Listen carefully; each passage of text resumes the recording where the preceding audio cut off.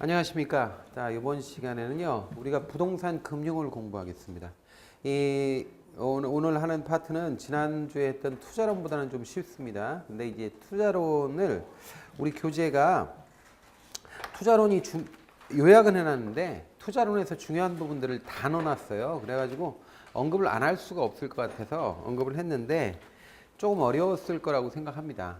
지난주에 투자로는 제가 수업을 하면서도 이거 처음에는 좀 어려울 거다 이렇게 생각을 했는데 근데 그게 이제 다 나오는 게 아니라 중요한 부분 발췌돼서 나오기도 하고 그러니까 여러분들은 걱정할 필요가 없어요. 그리고 시험을 당장 보는 게 아니기 때문에 그동안에 여러분들이 이제 연습을 하다 보면 이게 이제 문제를 해결할 수 있는 방법이 생깁니다. 그러니까 너무 걱정 안 하셔도 됩니다. 자, 이번 시간에는 이제 부동산 금융론인데 금융론의 경우에는 시험이 많이 나오는 때는 한 5문제도 나오고요. 조금 나오면은 한 2-3문제 나오는데 이번에는 3문제 나왔어요. 28회 때는. 그래서 이제 다음번에는 몇 문제가 나올지 그걸 알 수는 없지만 이제 그 주로 물어보는 게 있단 말이죠. 그리고 좀 째째하게 묻는 문제가 이번에 나왔어요. 계산 문제가. 새로운 형태는 아닌데 하여튼 째째하게 좀 냈어요. 근데 그런 걸 감안해서 3문제 중에서 2문제를 여기다 넣어놨습니다. 한 문제는 좀 범위에서 좀 벗어나는 게 있어서 자 그래서 그거 문제를 보면서 2문제니까 뭐 큰 부담은 안 될 거예요. 이번 시간에 이제 부동산 금융 같이 공부하겠습니다. 자, 이 부동산 금융이라고 하면 부동산에 대한 금융이죠. 일반 금융하고는 좀 다른 겁니다. 그래서 부동산 금융의 종류가 2가지가 크게 대별돼서 있어요. 그래서 첫 번째가 토지금융이라는 겁니다. 그 다음에 또 하나가 주택금융인데 사실상요, 우리 시험에서 토지금융은 안 나옵니다. 이건 신경 쓸 필요가 없어요. 그러니까 토지금융에 대해서는 우리 교재에 이게 소개도 안 돼 있고요. 그리고 소개할 필요도 없고요. 그런 것들은 이제 아주 부분적인 부분이고 뭐 덩치가 크더라도 그쪽에 대해서는 뭐 다른 영역이나 마찬가지니까 너무 신경 쓸 필요가 없습니다. 우린 주택금융만 하면 됩니다. 근데 이제 주택금융이라고 하는 게 종류가 있거든요. 이 2종류를 일단 대별을 해야 돼요. 그래서 첫 번째가 바로 소비금융이라는 건데 주택 소비금융이라는 거는 뭐예요? 대상이 누구냐면 가계에 하는 겁니다. 가계는 개인을 대상으로 한다는 얘기예요. 그러니까 가계에 하는 그 대출인데 대개 그 가계 하는 금융은 뭐냐면 주택을 새로 구입하거나 아니면 기존의 주택을 수리하거나 개량하거나 이런 목적을 가진 분들한테 돈을 빌려주는 겁니다. 근데 대개 어떤 형태로 빌려주냐면 저당대부 형태로 빌려줍니다. 저당대부라는 게 사실은 이게 모기지라는 뜻이에요. 모기지. 사실은 모기지라는 말은 요거는 우리가 이제 지금 현재는 주택담보대출이라는 말로 그냥 등치돼서 같이 써버립니다. 우리나라에서는 요거를 주택담보대출이라는 말을 써요. 담보대출 대출 이런 말을 씁니다. 그래서 이걸 줄여서 그냥 주담대라고 합니다. 주담대. 그래서 주담대하고 모기지를 같은 의미로 써버려요. 근데 사실 주담대하고 모기지는 약간 다른데 그 구분 없이 그냥 씁니다. 막 그냥 일상적으로 막 씁니다. 그래서 저당대부는 대부 계약을 해주는데 대출 계약을 해주는데 그에 대한 담보로 저당을 설정한다는 게 저당대부입니다. 그러니까 저당이란 말하고 대부란 말은 이게 합성어예요. 대부는 우리가 일반적으로 돈을 빌리고 빌려주는 행위를 대부행위라고 합니다. 대부행위라고 하는데 그 대부행위 소변하여 저당권 설정이 일어난다. 그러면 그걸 저당대부라고 하는 거죠. 그래서 이런 식으로 소비금융은 가계에 대한 금융, 즉 개인에 대한 금융이다. 이렇게 알아놓으시고 그 형태는 주택담보대출이라는 저당대부 또는 모기지 형태다. 이렇게 알아놓으시면 되겠습니다. 그 다음에 다른 형태가 하나 더 있어요. 그게 뭐냐면 개발금융이라는 겁니다. 개발금융은 이거 대상이 건설업자에 대한 금융이에요. 일반 개인이 아니에요. 그래서 과거에는 construction loan이라고 그랬어요. 이걸 construct라는 말이 이제 이게 건설이라는 뜻입니다. 그 다음에 여기 loan이란 말이 대출이라는 뜻이에요. 그래서 construction loan이라는 말을 썼는데 이런 형태의 건축대부 형태로 이렇게 대출해 주는 거는 지금은 대세가 아니에요. 이게 대세가 아니라 원칙적인 얘기고 지금 현재는 큰 사업 같은 거 있잖아요. 큰 건설 사업 같은 거는 프로젝트 파이낸싱이라고 합니다. 그래서 프로젝트 파이낸싱이라는 거하고 컨스트럭션 론이라고 하는 건축대부는 약간 양상이 달라요. 그래서 지금 건축대부는 거의 시험에 안 나오고요. 원칙으로만 있고 거의 대부분은 프로젝트 파이낸싱 형식으로 시험에 나옵니다. 이번에는 안 나왔습니다만은 그래도 계속 나오는 추세니까 나중에 그 개념을 우리가 살펴보겠습니다. 자, 그러면 금융이라는 게 뭐고 일반 거래는 뭐냐 이걸 좀 생각을 해야 되는데 금융이란 말이 무슨 말이겠어요? 금융. 이거 재밌는 말인데 금융. 금융은 어디서 나온 말이냐면 흔히들 교과서에는 자금 융통이라고 돼 있어요. 그래서 자금을 융통하는 일이 금융이다 이렇게 얘기하죠. 근데 우리가 이제 그 금융에서 가장 중요한 금융기관이 은행이잖아요. 은행. 근데 은행은 이렇게 써요. 은자예요. 그 다음에 갈행자를 쓰는데 이때 은은 뭐냐면 금행이라고 안 하고 은행이라고 그래요. 왜 그러냐면 은행이란 말은 중국에서 처음 만들어서 뱅크라는 말을 번역했어요. 뱅크라는 말을. 뱅크라는 말은 원래는 이탈리아 말인데 이탈리아에서 조그만 의자를 방코라고 그러는데 조그만 의자에 앉아가지고 고리대금 했던 사람들을 고리대금 업자들을 그 상징해가지고 방코라고 그러는 걸 이제 뱅크라고 그러는 거죠. 그 고리대금 했던 사람들이 유대인들이에요. 직업을 가질 수 없었기 때문에 유대인들이 되게 그 고리대금을 했기 때문에 아주 악명 높게 그리죠. 셰익스피어의 베니스의 상인 같은 거 보면 유대인 고리대금업자 샤일록 뭐 이렇게 나오잖아요. 그러니까 유대인이 그런 일을 했다고요. 유대인이 그런 고리대금업을 했는데 그래서 이제 현대 은행 제도는 유대인이 만든 거예요. 사실상. 그래서 뭐 은행 뭐 금융 전 세계 금융을 유대인이 지배한다 뭐 이런 얘기를 하는데 지배한다 정도가 아니고 전 세계 금융 시스템을 유대인이 만들었어요. 그냥. 지배하는 게 아니에요. 그 사람들이 주인이에요. 그러니까 그렇게 알아놓으시면 돼요. 그냥 전체적으로. 그래서 이렇게 해가지고 이 뱅크를 이 중국에서는 은행이라고 번역을 했습니다. 은자가. 왜냐하면 그때는 중국이 그 화폐 제도가 은본위 제도였어요. 은을 화폐 기본으로 했기 때문에 은이 왔다 갔다 한다 그래서 은행이다 이렇게 얘기한 거죠. 근데 우리가 자금 융통이라고 할 때 이 금융이라고 하는 것은 일반 거래하고 어떻게 다르냐 하는 거죠. 그래서 이걸 좀 살펴봐야 되는데 일반적인 거래는 A하고 B가 둘이 거래한다 그러면 이렇게 돈이 화폐가 넘어가고 그에 대가로 물건이 넘어오는 식으로 거래를 하죠. 이걸 인수도 거래라고 해요. 좀 어려운 말로 인수도 거래라고 하는데 물건을 이렇게 받고 돈이 넘어가는 것이 실제로 화폐의 흐름과 반대 방향으로 물건이 넘어오기 때문에 이런 걸 실물 거래라고 그래. 실제 물건을 동반하는 거래니까. 그런데 금융은 그런 건 없단 말이에요. 실물이 동반되진 않아요. 금융이 참 묘한 건데 자 여기 A라는 사람이 차입자예요. B가 은행이라고 할 때 뭐가 거래되는지 한번 보죠. B는요 일단 돈을 이렇게 넘겨줍니다. 그러면 A가 무슨 물건을 주느냐? 물건을 주는 건 아니죠. 물건을 안 주고 얘는 그에 대한 대가로 이제 빚쟁이가 된 거니까 얘는 이제 노예계약서 같은 거를 이렇게 줘야 됩니다. 근데 우리가 여러분들 민법 배우셨죠? 민법 배우면 물권하고 채권에서 채권이라는 게 뭐예요? 채권이라는 건 어떤 사람에게 너 이거 해라고 요구할 수 있는 힘을 채권이라고 그래요. 그래서 채권은 본질적으로 청구권이에요. 청구라는 거는 이렇게 하라고 요구할 수 있는 권리가 청구권이거든요. 이런 일을 해라 하고 요구할 수 있는 권리를 자발적으로 내가 이렇게 당신이 얘기하면 내가 이렇게 말을 듣겠습니다 하는 종이 쪽지를 발행해 줘야 돼요. 돈을 빌려주는 대신에 네가 이렇게 해달라는 거에 대해서 내가 해주겠다 라는 종이 쪽지를 발행해 줘야 되는데 그거 빚이죠. 아니 남이 너 이거 해 그럼 알았습니다 이렇게 하겠습니다 라고 하는 거를 발행해 줘야 된다고 증명서를. 그 돈에 관해서는 그걸 차용증이라고 하는데 그 일반적인 그 금융에서 차용증이라고 하는 거는 유통이 잘 안 돼요. 그 두 당사자만 서로 주고받는 거고 예를 들어서 우리 앞에 있는 여사님한테 내가 돈을 내가 빌려줬단 말이죠. 100만 원을 빌려줬다. 그러면 100만 원 빌린 거에 대해서 갚겠다는 차용증을 받을 거 아니에요? 그렇죠? 의무로 이제 발행을 할 테니까.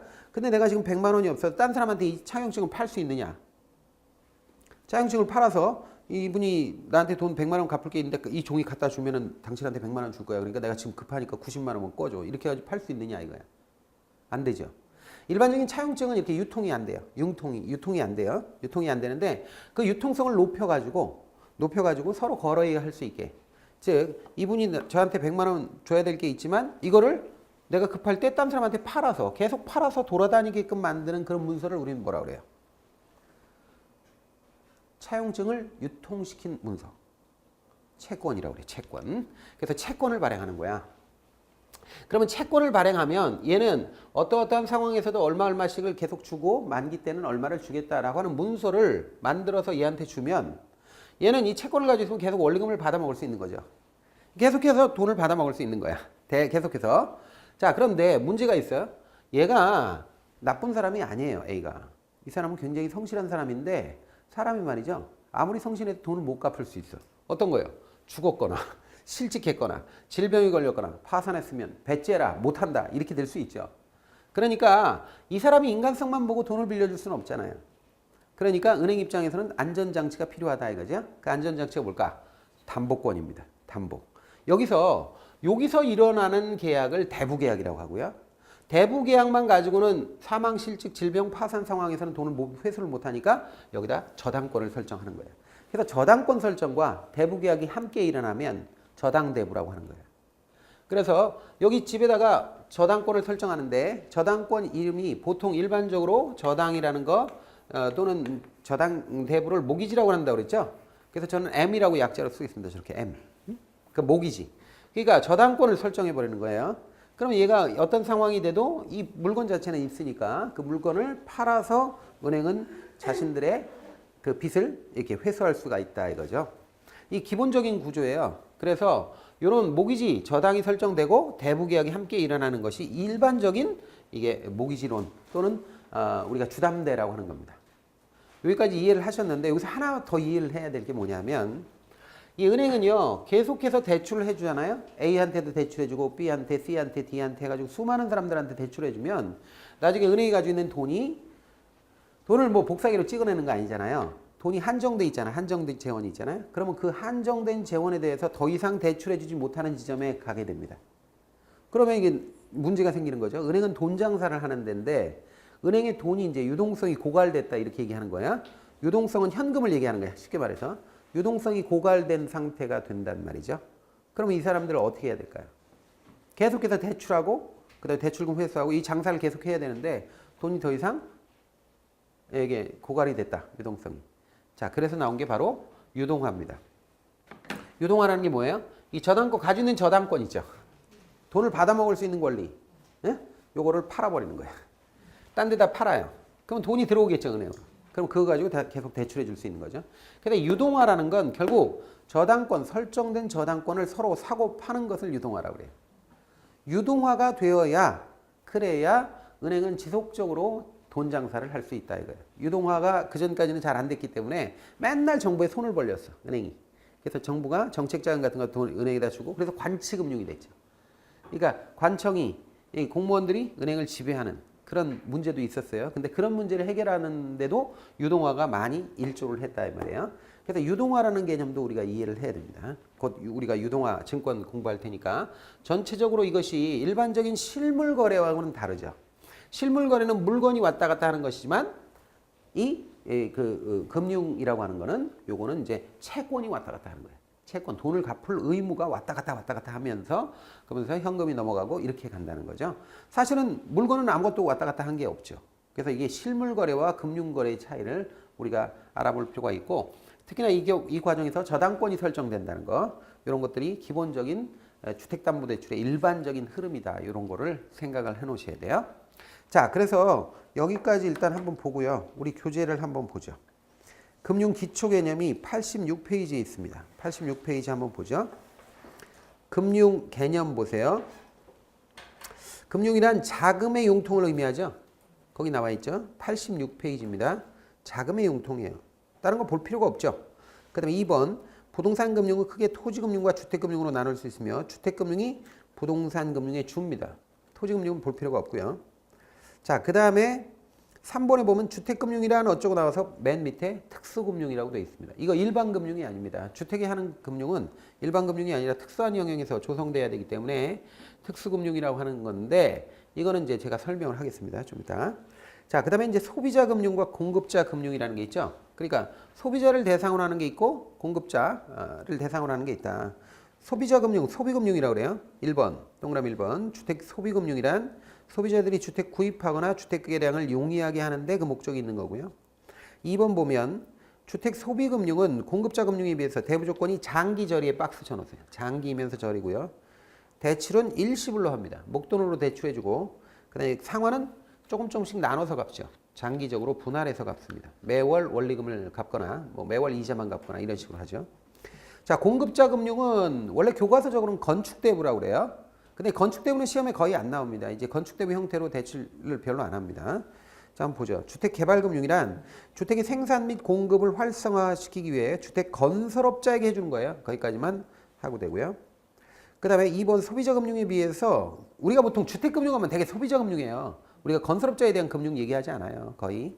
근데 이제 소비자금융에 비해서 대부 조건이 단기고 고리죠. 그러니까 일반적인 우리가 보통 주택담보대출 받는다 그러면 10년, 20년짜리 많이 받거든요. 그러면 10년, 20년보다는 단기라는 거죠, 이게. 그리고 고리다. 이자율이 높다 이거죠. 대출은 건축 공정에 따라 단계적으로 제공되며 어쩌고 나오는데 이건 볼 필요 없어요. 왜냐하면 단계적으로 은행에서 감리한 다음에 그 다음 자금을 빌려주는 방식이 건축대부인데 요즘엔 그런 거 잘 안 해요. 그래서 나머지는 보시면 되겠고요. 자, 다음에 이제 지분금융과 부채금융이 있는데 이거는 우리가 이제 금융이라는 게 돈을 빌려주는 거예요. 쉽게 말해서 돈을 이렇게 투자하는 거란 말이에요. 투자하는데 만약에 내가 돈을 투자할 때 주인의 지위로서 투자하면 지분금융이라고 그래요. 그 회사나 그 어떤 물건에 대한 지분, 권리를 요구하는 거예요. 그래서 지분금융은 대표적인 게 뭐냐? 주식입니다. 주식에 투자하면 지분금융이에요. 그 지분 투자하는 거예요. 그래서 주식회사가 주식을 발행하거나 주식회사 아닌 법인 또는 개인이 지분권을 판매하여 자기 재물을 조달하는 게 지분금융이에요. 쉽게 말해서 주식을 산다 이렇게 보면 내가 지분 투자자가 된다 이렇게 볼 수 있어요. 자, 근데 지분 투자자의 경우에는 좋은 게 뭐냐면 이게 투자한 곳이 만약에 수익률이 높으면 나도 지분을 요구하면 되니까 그 수익률 똑같이 먹을 수 있죠. 근데 만약에 손실이 나면 내가 주인이에요. 내가 돈을 빌려준 게 아니라 내 주인으로 투자에 참여한 거기 때문에 손실 나면 그대로 손실 다 받아야 돼요. 무조건. 그래서 그게 안 좋은 거예요. 그래서 조금 안전한 게 바로 부채금융입니다. 빚으로 빌려주는 겁니다. 그 회사나 그 물건에 투자하되 돈을 빌려주는 형태로 투자하는 게 부채금융입니다. 부채금융 보죠. 자금을 필요로 하는 자가 저당을 설정하거나 사채를 발행한 사채 여기 밑줄 치는데 사채는 명동의 사채업자들 뭐 대부업자들 뭐 조폭들 사채 이거 아니에요. 그런 얘기가 아니라 우리 부동산학에서 나오는 사채라는 이름이 나오면 무조건 사채가 이렇게 쓰는 거예요. 그래서 이게 앞에 뭐가 생략됐어? 회사채가 생략된 거야. 회사채라고 회사채. 자, 그래서 사채를 발행하거나 타인 자본을 조달하는 것을 부채금융이라고 한다. 그래서 가끔 가다가 다음 상품 중 지분금융하고 부채금융을 섞어놓고 지분금융이 아닌 것은 부채금융이 아닌 것은 지분금융인 것은 이렇게 혼란해라는 문제가 나오는 거예요. 그러면 그때 가서 이제 이게 내가 투자하면 주인이 되는 거냐 아니면 내가 채권자가 되는 거냐 이걸 따져봐야 되는 거예요. 안 그러면 그냥 외우면 됩니다. 나중에. 자, 이래서 지분금융과 부채금융을 살펴봤어요. 이제 저당 상환 방법이 있는데 저당 상환 방법으로 그냥 건너뛰어 버렸어요. 근데 요거는 좀 문제가 있고 제 설명을 좀 들으셔야 돼요. 교재는 없지만. 자, 그러면 그 부동산 금융의 특성을 우리가 한번 생각해 볼 필요가 있어요. 우리가 일반적으로 부동산 금융이라고 하면 주택 소비 금융을 얘기하는 거예요. 개발 금융이 아니에요. 일반적으로 부동산 금융 하면 그냥 주택 금융이고 주택 금융 중에 주택 소비 금융이다 이렇게 생각하면 돼요. 근데 일반적인 주택 우리가 금융, 소비자에 대한 금융은 되게 이게 특징이 장기고 저리고 위험이 높다는 게 특징이에요. 자, 이 돈을 빌려가지고 집을 사는 사람 입장 생각해 보세요. 돈을 빌려서 집을 사는 사람은 형편이 좋은 사람일까? 상대적으로 안 좋은 사람일까? 형편이 안 좋은 사람이죠. 형편이 안 좋은 사람한테 빨리 갚으라고 그러면 큰 돈을 빌려주고 너 2년 만에 3년 만에 갚어. 이렇게 하면 갚을 수 있어요? 없어요? 없으니까 장기로 빌려줘야 돼요. 그 다음에 형편이 안 좋은 사람한테 당신은 형편도 안 좋고 그러니까 신용도가 낮아. 그러니까 고리로 이자 많이 받아야겠어. 그러면 이 사람들이 대출 받을 수가 없죠. 그러기 때문에 저리로 해야 돼요. 그럼 생각해 보세요. 저리로 한다는 얘기는 은행의 수익성이 떨어진다는 거예요. 은행은 수익성이 적어진다는 얘기죠. 그 다음에 장기로 한다는 건 그만큼 위험이 늦게 돈을 회수하니까 위험이 커진다는 얘기죠. 그러니까 이건 아무것도 은행 입장에서는 딴 데는 고리로 단기로 빌려서 회전도 빠르고 빨리빨리 빌려주면서 이자도 많이 받을 수 있는데 얘네들은 이렇게 못한다는 말이죠. 그러니까 은행 입장에서 이게 위험이 큰 거죠. 이렇게 운용하면. 대통령이 서민들한테 대출해 주시오 이렇게 얘기해도 안 하는 거예요. 창구에서. 못해. 왜냐하면 이 돈을 확실하게 빌려주면 훨씬 더 이자 많이 받아먹을 수 있고 단기에 회수되는 데가 있는데 이자도 많이 못 받는데 20년씩 묶여 있는 데다가 어떻게 돈을 투자를 하냔 말이죠. 그래서 이게 특히 주택금융에서 소비금융은 이게 안 됩니다. 돌아가질 않아요. 정부가 관여하지 않으면 돌아가지 않아요. 그렇기 때문에 장기 저리 위험이 높은 이 부분에 대해서는 특별한 배려가 필요한 거죠. 과거에. 그래서 이게 특수금융의 의미예요. 그러니까 일반 금융이 아니라고 이쪽은. 특수한 장치가 필요하다라는 거죠. 자, 주택금융의 기능이 여러분들 우리가 교재가 정규 교재가 나오면 주택금융의 기능이 그 안에 들어가 있을 거예요. 여기는 전부 다 생략을 해놨는데 주택금융의 기능은 굉장히 많아요. 많은데 거기서 핵심적으로 우리 시험에 나오는 거를 좀 생각을 해보죠. 주택금융 또는 부동산금융의 기능이라고 하면 어떤 것이 있느냐 하는 건데 첫 번째가 뭐냐면 우리가 소요라는 말을 좀 알아야 돼요.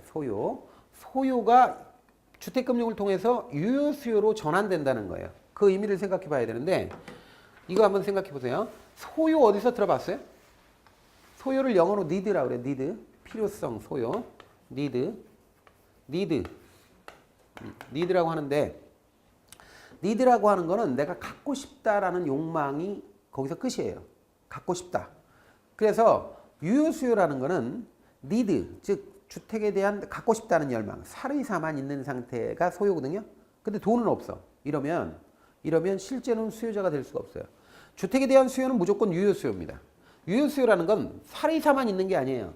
사르이사만을 우리는 소요라고 해. 그 뭐도 있어야 돼요? 구매력 또는 지불 능력도 있어야 돼. 지불 능력. 돈이 있어야지 주택을 살 수 있는 유효수요자가 될 거 아니에요? 근데 일반 서민들은 사르이사가 없는 게 아니라 지불 능력이 없는 거죠. 지불 능력이 없으니까 결국 뭐가 그 다음에 역할을 하는 거예요. 이 지불 능력을 높여주기 위해서 금융이 필요하다는 거죠. 은행에서 대출을 받아가지고 그래서 이 소요가 뭘로 바뀌어? 유효수요로 바뀐다는 거죠.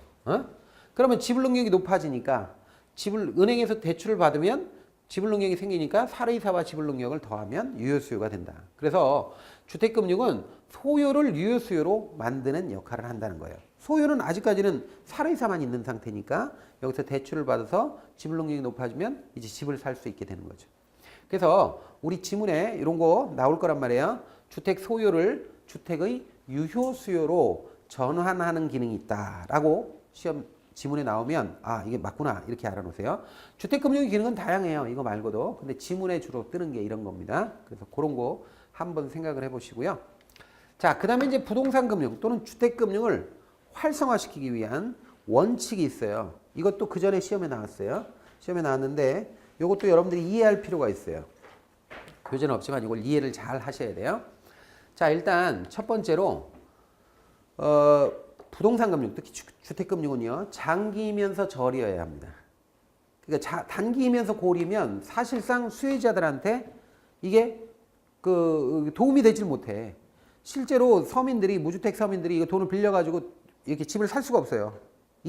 고리면 이자 겁나고 그리고 단기면 어디서 돈을 벌어서 급하게 그렇게 목돈을 갚느냐 이거죠. 그래서 장기이면서 저리여야 돼. 근데 문제는 이 장기 저리가 문제란 말이에요. 은행 입장에서는 오랫동안 돈이 묶이니까 위험이 커져. 이 사람이 실직, 사망, 파산하면 어떻게 돈을 회수 못하지. 근데 저리라고 하는 거는 수익성도 떨어진다는 얘기죠. 돈이 안 돼, 사실. 가난한 사람들한테 돈을 빌려주면 돈이 안 돼.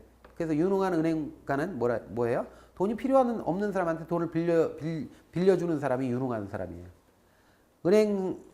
유능한 뱅커는 돈이 필요 없는 사람한테 돈을 빌려주는 사람이라고. 진짜 돈이 필요한 사람은 빌려주면 안 돼. 왜? 그 사람들은 위험하거든. 그래서 이게 이렇게 되니까 은행 입장에서는 이게 다른 데하고 자금 경쟁이 안 되는 거예요. 딴 데 빌려주면 충분히 더 높은 수익을 얻는데 돈 벌 수 있는데 여기다 빌려주면 돈 못 번단 말이죠. 그러니까 요걸 해결해야 된다는 거예요. 장기 저리를 원칙을 지켜야 되는데 이 장기 저리 원칙을 지키려면 어떻게 해야 되느냐 하는 것들이 이제 문제가 되는 거죠. 그래서 여기 주택금융에 들어가는 재원은 특수한 곳에서 되게 확보를 해요. 그러니까 이쪽에서 뭐 돈을 수익률이 높은 데서 돈 끌어다 가지고 여기 수익률 낮은 데다 운용할 수는 없는 거 아니야. 여기서 막 5%씩 운용하는 데서 돈을 끌어다 대다가 주택담보대출 3% 대출해 주는 데다 대출해 주면 망하는 거지.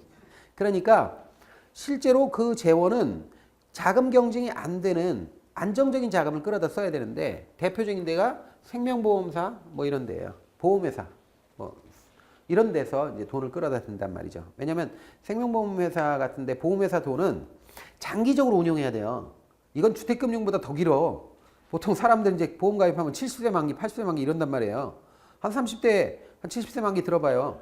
그럼 한 40년 동안 계속해서 돈이 들어오는데 그 돈은 이 양반이 돌아가시거나 아니면 뭐 질병에 걸리거나 그랬을 때 한번 나가는 거란 말이에요. 그러니까 상당 부분은 안정적으로 유지를 해야 돼. 근데 그거 주식 투자하고 그러면 돼야 안 돼요. 옵션 같은 데 투자하고.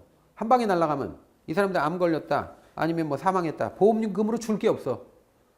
그래서 보험회사는 굉장히 보수적으로 돈을 운용해야 돼요.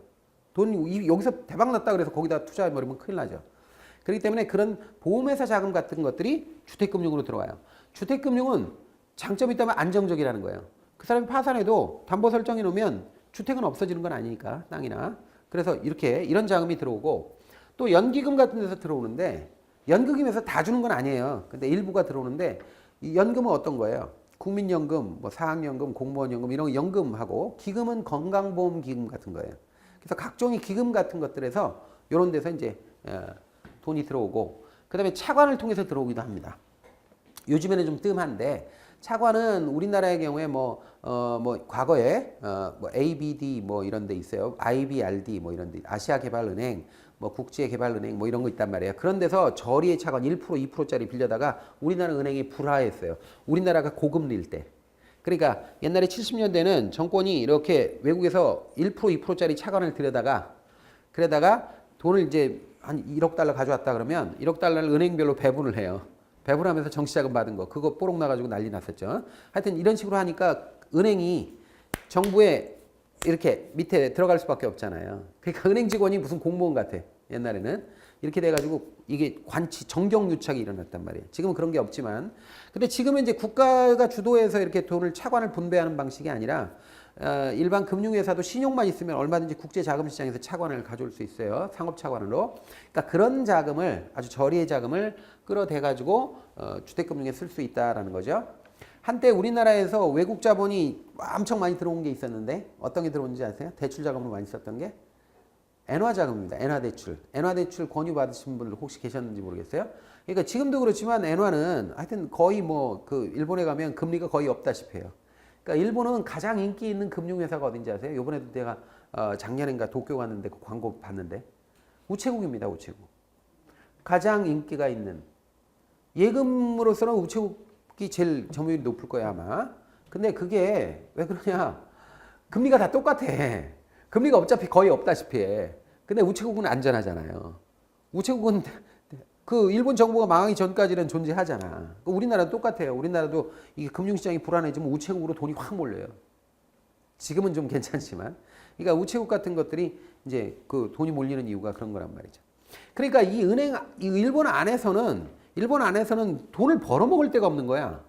요즘에는 일본 경기가 좀 좋아졌어요. 근데 과거에 이제 잃어버린 20년 뭐 이럴 때는 일본에서 돈을 벌어먹을 데가 없는 거예요. 그러니까 일본 자금이 전부 다 외국으로 나가는 거예요. 일본에서는 수익률이 너무 낮으니까 거의 뭐 1%도 안 나와. 그냥 한참 심각할 때는 예금된 돈에 이자를 물려야 된다. 이게 페널티를 물려야 된다. 거꾸로 이자를 줘야 돼. 보관료를 은행에다. 이런 얘기가 나올 판이었어요. 그러니까 이 엔화 자금이 대규모로 밖으로 나가서 고금리 국가에 투자가 됐다고요. 엔화는 저금리잖아요. 그러니까 고금리 국가에 투자가 돼가지고 고금리 국가는 동남아 이런 데는 아직도 막 6%, 8% 이런단 말이에요. 그러면 그런 데 들어가가지고 수익 올린 다음에 엔화로 바꿔서 돌아오는 거예요. 이런 거를 엔캐리라고 그래요. 엔캐리. 엔캐리 트레이드가 일어났다고. 그래서 우리나라 중소기업도요. 옛날에 그 은행 가면 엔화 대출 같은 거 받을 의향이 있느냐고 상담도 받고 그랬어요. 그러니까 그런 자금들이 물론 이건 차관은 아니지만 굉장히 싼 자금들이 있어요. 국제 자본시장에. 그런 거 잡아다가 주택금융에 쓸 수 있다라는 거죠. 상대적으로 안정적인 거를 잡아서. 그래서 이게 그냥 시중에서 여러분들이 맡긴 돈을 그냥 다 주택금융에 돌리는 게 아니에요. 여러분들이 예를 들어서 예금을 맡겼는데 정기예금 뭐 이렇게 맡겼어. 그래가지고 1년 만기, 2년 만기짜리를 맡겼는데 내가 나중에 찾으러 가니까 돈 주세요. 만기가 됐어요. 그랬더니 아우 선생님 돈은요. 지금 주택금융에 지금 돈을 빌려줘가지고 20년 후에 상환이 되는데요. 이렇게 얘기하면 어떻게 되겠어요? 그러니까 아무 돈이나 거기 들어가는 게 아니라는 거예요. 재원이 특수한 데서 조성돼야 된다라는 겁니다. 이게 이제 골치 아픈 문제죠. 자, 그 다음에 세 번째는 뭐냐면 바로 이게 문제예요. 자, 가난한 사람들이 대출을 받죠. 가난한 사람들이 되게 상대적으로 그렇다는 거예요. 상대적으로 자금 여력이 부족한 사람들이 대출을 받기 때문에 이 사람들은 아무래도 신용이 떨어져요. 위험하다고요. 그러니까 신용이 떨어지기 때문에 은행은 대출을 잘 안 해주려고 그러죠. 이때 나서는 게 바로 정부 보증 프로그램이라는 겁니다. 이걸 그냥 사적 시장에 놔두면 어떻게 할 방법이 없어요. 만약에 정부 보증 프로그램이 없다. 근데 이 사람이 신용이 없다. 그럼 은행에서 요구하는 건, 그러니까 요게 뭐냐면 정부 보증 프로그램은 이런 거란 말이에요. 투자라는 건 은행 입장에서 투자는 대출이잖아요. 대출이니까 이 사람들이 지금 위험이 높단 말이죠. 아니 차입자들이 상대적으로 딴 데보다 위험이 높아 주택금융은. 근데 수익률은 낮아. 이게 뭐예요? 이게 위험이 높다. 그다음에 이게 수익률이 낮다는 게 절이 아니야. 에? 그러면 길게 갚고 절이고. 그러니까 은행에서는 대출을 안 해주게 되죠. 그러면 이걸 해결하는 방법은 뭐가 있어요? 고리로 하면 되지. 고리로 하면 되지. 고리로. 고리 지워졌죠. 고리. 근데 이자율을 고리로 할 수 없잖아요. 주택금융의 원칙이잖아. 저리로 하는 게. 두 번째 방법은 위험을 낮춰야지. 위험을 낮춰야 되잖아. 위험을 낮추는 방법이 있는데 위험을 낮추는 방법은 두 가지밖에 없어. 담보나 보증. 둘 중에 하나야. 그러니까 이 가난한 사람들이 대출을 받으러 왔는데 고리로 할 수는 없으니까 저리로 묶어놓으면서 위험을 떨어뜨려야 되는데 위험을 떨어뜨리려면 결국 당신 담보 있냐? 이렇게 해야지. 근데 담보가 있으면 이 사람 가난해요? 담보가 있는 사람이 가난한 사람이 아니죠. 담보가 없으니까 가난한 거지. 두 번째는 보증서라고 그래요. 보증서라고 그러는데 지금 연대보증제도가 있나 모르겠네. 좀 사라졌을 거야. 채무보증할 때 이 악명 높은 지금 세계사적으로 봤을 때 거의 유례가 없는 그런 악명 높은 치떨리는 그런 제도가 연대보증이라는 겁니다. 연대보증 섰다. 그러면 보증인이 저 채무자가 갚고 안 갚고를 떠나가지고 한번 채무비행하면 끝까지 그 사람 갚을 때까지 보증인을 괴롭히죠. 괴롭혀가지고 아주 삼족을 멸망시키는 거예요. 그래서 이런 보증을 쓰라고 그러는데 우리가 좀 생각해 봐야 될 게 이 가난한 사람들은요. 주변 사람들도 가난해요. 가난한 사람이 자기 형이 장차관이고 자기 누나가 무슨 어디 총장이고 뭐 이런 사람들이 없어요. 그러니까 가난한 사람들은 주변 사람들도 다 가난해요. 그래서 가난한 겁니다, 또. 그래서 보증 쓸 사람이 없다고 주변에. 그러니까 이게 우리가 보증하면 사적 보증이라고 한다면 누가 개인이 보증을 서달라고 하면 보증 자기 아들도 안 서줘요, 요즘에. 자기 자식도 안 서주는 판인데 이게 주변 사람들이 없단 말이에요. 우리나라에 지금 3대 거지가 나온다는 거 아니에요. 몇 년 전에 뉴스에 보니까 서울역에서 노숙자 하나 아줌마를 취재를 했는데 그 아줌마가 쫄딱 망해가지고 시아버지가 청량리 거지고 자기는 서울역 거지고 애들은 돌아다니면서 애는 지금 저 어디 노숙자로 하는데 정처 없이 왔다 갔다 하면서 길거리에서 잠을 잤는데 이게 3대 거지야. 그러니까 보통 가난한 집은 이렇게 가난할 수밖에 없어요. 구조적으로. 그래서 이런 사람들한테 보증을 요구한다는 건 거의 불가능해요. 그 공적보증제도밖에 없다 이거야. 공적보증제도가 바로 신용보증제도고 이게 우리 한국주택금융공사에서 전세금 보장할 보험 같은 거 할 때 보증서를 끊어주는 겁니다. 그 다음에 주택담보대출도 일정 수준 이하의 저소득층에게는 일부까지 어느 정도까지 보증을 해줍니다. 개런티를 해준다고.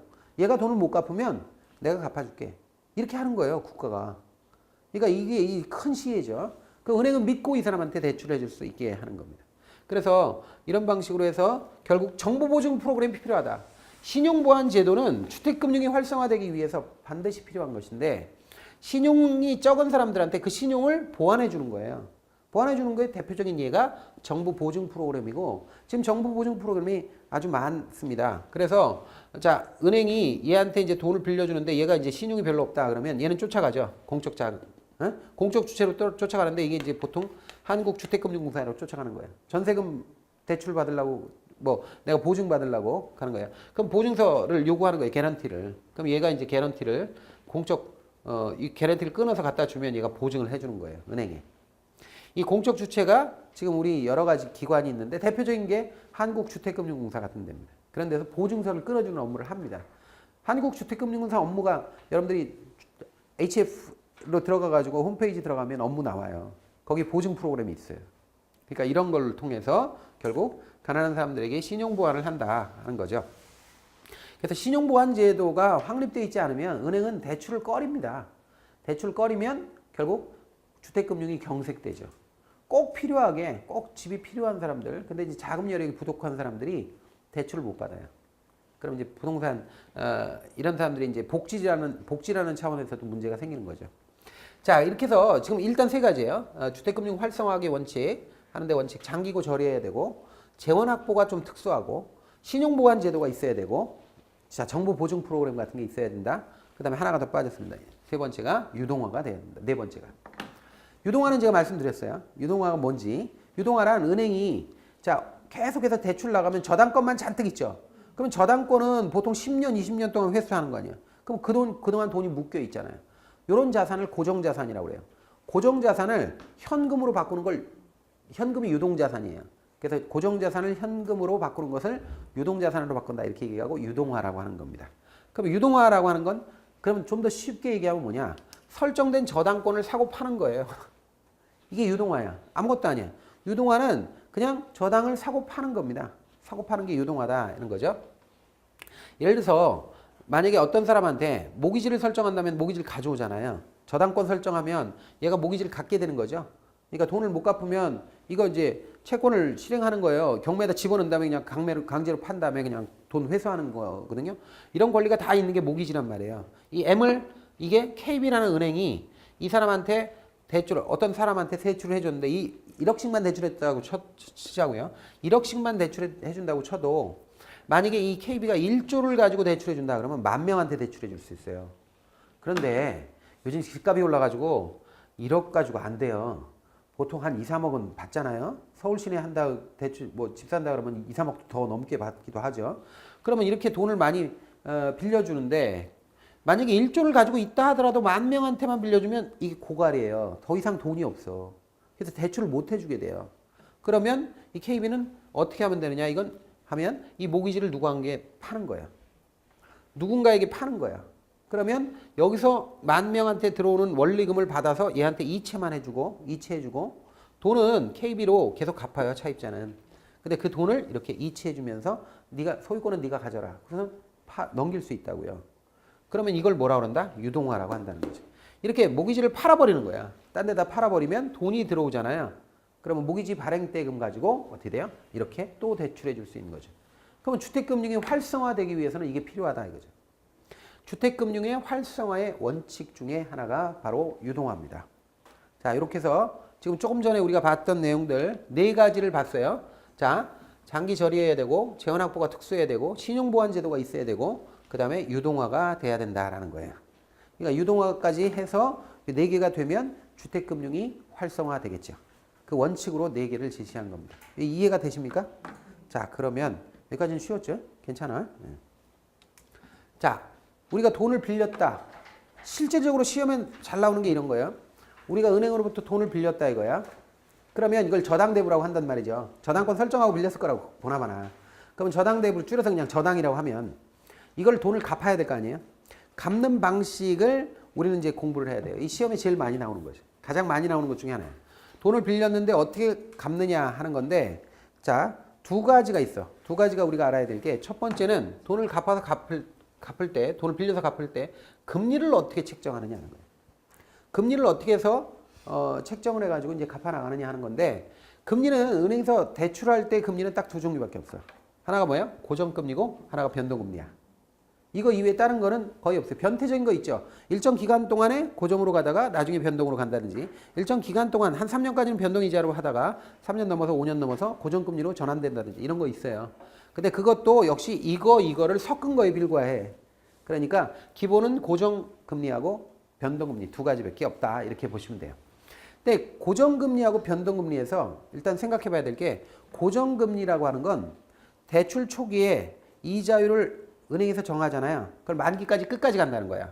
만약에 예를 들어서 은행의 이자율이 5% 이렇게 정했잖아요. 그럼 이걸 대출 초기부터 만기까지 끝까지 간다는 거죠. 끝까지 가는데 선생님 그러면 중간에 막 금리가 오르거나 떨어지면 어떻게 되죠? 금리가 오르고 떨어지는 건 아무 상관없습니다.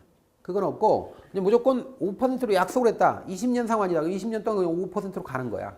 그럼 여러분들이 입장에서 생각해 보세요. 여러분들이 5%로 대출 받았어. 즉 차입자야. 차입을 해서 5%로 차입을 해서 5%로 갚아야 돼. 근데 시중금리가 올라가든 떨어지든 아무 상관없어요. 난 끝까지 5%로 가는 거야. 그런데 만약에 여러분들이 5억을 빌렸다 그러면 5%면 5, 25, 1년에 250만 원 갚는 겁니다. 네? 근데 이렇게 갚아 나가는 건데 5억 맞죠? 5억에 대해서 5%면 얼마지? 250 맞죠? 5, 25니까. 또 잘못 얘기했다가 또 그래. 자, 그러면 이렇게 갚아 나가는데 만약에 시중금리가 높아져서 10% 됐다. 그러면 10% 되면 여러분들은 좋아요, 안 좋아요? 좋지. 시중은행은 다 10%에 빌려서 그거 차입하고 그러는데 나는 5%만 갚으면 되잖아. 그죠? 좋죠. 근데 시중금리가 이렇게 2%로 떨어졌다고 쳐봐요. 여러분들은 좋아요, 안 좋아요? 안 좋죠. 그럼 은행은 좋아요, 안 좋아요? 은행은 좋겠지. 은행은 2%로 떨어져서 딴 데는 2% 대출해 줘야 되는데 여기는 5% 꼬박꼬박 돈이 들어오니까. 그러니까 이게 이 고정금리에서 제가 하고 싶은 말은 뭐냐면 고정금리는 필연적으로 시장금리하고 처음에는 비슷하더라도 나중에 이게 다를 수밖에 없단 말이죠. 이때 고정금리로 책정된 저당금리하고 시장금리하고 차이가 있으면 이때 차입자가 좋을 수도 있고 안 좋을 수도 있고 은행이 좋을 수도 있고 안 좋을 수도 있다는 거예요. 요걸 시험에 냈다는 거죠. 자, 그러면 첫 번째로 우리가 이거 한번 생각해 봐요. 요런 상황 한번 생각해 봐요. 저당 이자율은 고정 이자율이야. 이게 지금 고정이라고요. 그런데 시장 이자율은 변하지. 이거 은행이 아니라 누가 해도 때려 죽여도 이거 못 막아요. 변하는 거는. 지금 이 순간도 변한단 말이에요. 금리가. 그러면 이렇게 변했는데 시장 금리가 더 높아졌어. 저당 금리보다. 시중 금리가 더 높아졌어. 누가 좋아? 일단. 은행하고 차입자 둘 중에 하나. 차입자가 좋죠. 은행은 딴 데 운용하면 10%씩 수익 나오는데 5%로 계속 수익 먹어야 되니까. 그래서 이렇게 된다 이 말이에요. 자, 이렇게 되면 은행은 시장금리가 높으니까 은행은 대출자인데 대출자하고 차입자, 대출자는 손해를 봐요. 얘는 손해야. 손해가 나는데 차입자는 이익이라고. 이건 차입자의 이익이라고. 그러면 요때 물가가 올라가서 금리가 막 올라갔는데 고정금리로 은행이 대출해줘서 고정금리로 이자를 받으면 오히려 손해가 날 수 있어요. 많이 금리가 올라가면. 만약에 어떤 사람한테 5%로 빌려줬는데 시중금리가 물가가 올라가면서 계속 올라가지고 막 시중금리가 예를 들어서 10% 이상씩 올라갔다고 칩시다. 그럼 은행 입장에서는 이게 지금 완전히 장사를 잘못하고 있는 거죠. 그래서 이게 은행이 시중금리가 물가를 따라잡으려고 막 올라가는 상황에서 고정금리로 대출해줬기 때문에 그래서 계속해서 역마진이 나면서 계속 미치면서 그 은행이 부실해지는 그런 위험을 인플레이션 위험이라고 그래요. 인플레이션 위험. 여기서 기억을 하셔야 돼요. 인플레이션 위험. 이 인플레 위험이 닥치면 은행은 큰 손해를 입게 되죠. 그럼 은행이 취할 수 있는 방법은 뭐예요? 애초부터 저 인플레이션 위험 막기 위해서는 어떻게 하면 돼? 그렇지. 변동금리로 저당해 주는 거야. 그러니까 이 고정금리로 대출을 해주면 시중금리가 올랐을 때 은행이 큰 손실을 입기 때문에 그걸 인플레 위험이라고 하는데 인플레이션 위험 막기 위해서 아예 그냥 변동이자율로 저당해버리는 거예요. 그러면 금리가 이자율이 올라가면 시중금리, 물가가 오르면 시중금리가 따라 올라요. 여러분들 이건 기본 상식이에요. 물가하고 금리는 같이 움직이는 거예요. 그래서 그 물가가 올라가면 금리도 같이 올라가는데 그렇게 되면 거기에 따라서 같이 대출금리도 연동해가지고 3개월이나 5개월마다 한 번씩 하는 거예요. 우리나라는 대출금리 기준되는 금리가 뭐예요? 변동금리에서. 대표적인 게 CD금리 있는데 CD금리는 하도 조작을 한다고 하기도 하고 예민하다, 뭐 믿지 못하겠다 이런 신뢰성의 의문도 되고 그래서 요즘엔 코픽스라는 게 나왔어요. 코픽스가 2010년도에 개발된 건데 본격적으로 쓰인 건 몇 년 전입니다. 그래서 코픽스라고 코스트 오브 펀드 인덱스라고 그래서 이렇게 나왔는데요. 이 코픽스라는 게 나왔어요. 요즘엔 이걸로 거의 많이 해요. CD 금리보다는 거의 대부분 코픽스로 합니다. 그래서 어쨌든 이렇게 해서 그 기본되는 계속 변하는 그 변동이자율에 연동시켜가지고 걸어가지고 같이 움직이게 만들어요. 이게 변동이자율 저당입니다. 자, 그런데 거꾸로 이렇게 되면 어떡할까? 자, 저당금리가 시장금리보다 높아. 시장금리가 떨어진 거야. 2% 이런 식으로. 자, 그러면 이거 어떻게 해야 되겠어요? 이게 일단 누가 손해고 누가 이익이야? 은행이 이익이죠. 은행은 2% 정도의 수익률밖에 안 나오는 상황에서 5%씩 수익 들어오니까. 근데 차입자는 계속해서 시중금리보다 높은 이자를 부담해야 되죠. 그러면 돈 빌린 사람이 여러분들이라고 하면 열받아 안 받아요? 열받죠. 근데 우연히 목돈이 하나 들어왔어. 그럼 무슨 생각을 해요? 이거 갚아버리자 이렇게 생각하지. 아니면 새롭게 2%로 새로 대출을 받아. 대출을 받아서 그 돈을 가지고 5%짜리 저당을 갚아버리자. 이걸 리파이낸싱이라고 그래요. 리파이낸싱, 차환이라고 그러거든요. 차환 또는 대환이라고도 그러고요. 자, 이렇게 돈을 빌려서 아예 갚아버릴 수 있잖아요. 그러면 은행 입장에서는 이것도 큰 위험이야. 왜냐하면 수익성 좋은 대출 상품이 일시에 조기 상환된단 말이죠. 그래서 이건 은행이 항상 좋은 게 아니에요. 이런 경우에는 단기적으로는 자, 시장금리보다 저당 이자율이 높으니까 은행은 이익이지만 차입자가 손해나니까 손해를 참지 못하는 차입자가 조기 상환해버린단 말이죠. 조기 상환하면 이것도 위험한 거예요. 은행 입장에서는. 그래서 이때 조기 상환하는 걸 조기 상환이라는 표현 썼죠. 요 말하고 만기 전 변제란 말하고 똑같은 말이에요. 만기 전에 갚아버리는 거야. 그 다음에 조기 상환, 중도 상환 같은 말이겠지? 다 같은 말인데 여러분들이 이걸 다른 말로 생각하면 안 돼요. 조기 상환, 만기 전 변제, 중도 상환인데 요걸 영어로 정식으로 점잖게 쓰면 갚는 걸 페이먼트라고 그래. 페이먼트라고 하는데 페이먼트. 미리 갚는 걸 프리라고 그래요. 미리. 프리페이먼트 리스크라고 하거든요. 어려운 말이죠. 쓰지도 마세요. 근데 이 어려운 말을 이걸 하려니까 그 프리페이먼트 코스트 이렇게 하니까 좀 은행에서는 복잡하잖아요. 그래서 보통 자본시장에서 쓰는 이 말을 그냥 씁니다. 콜이라고 그래요. 콜이라는 게 적어도 요 분야에서는 이건 뭐냐면 조기 상환입니다. 그러니까 조기 상환 위험을 조기 상환 하는 거, 조기 상환 해버리는 거를 콜이라고 그래요. 그래서 우리가 조기 상환 위험을 콜 위험이라고도 합니다. 콜 위험을 나는 네가 빨리 갚는 거 싫어. 안 받을 거야. 라고 해서 방어할 수도 있어요. 그걸 콜 방어라고 그래요. 그러니까 예를 들어서 보세요. 은행이 이렇게 저당 이자율보다 시장 이자율이 낮아서 저당 이자율이 지금 이자율이 높으니까 고정 이자로 또박또박 받는데 차입자 입장에서 손해가 나가지고 새롭게 대출 받아가지고 기존에 있는 저당을 갚아버린다. 그럼 은행 싫잖아. 싫으니까 어떻게 하느냐면 지금 현재까지는 페널티 부과해요. 중도 상환 수수료 내야 돼. 중간에 갚으면 그것도 신용점수 깎여요.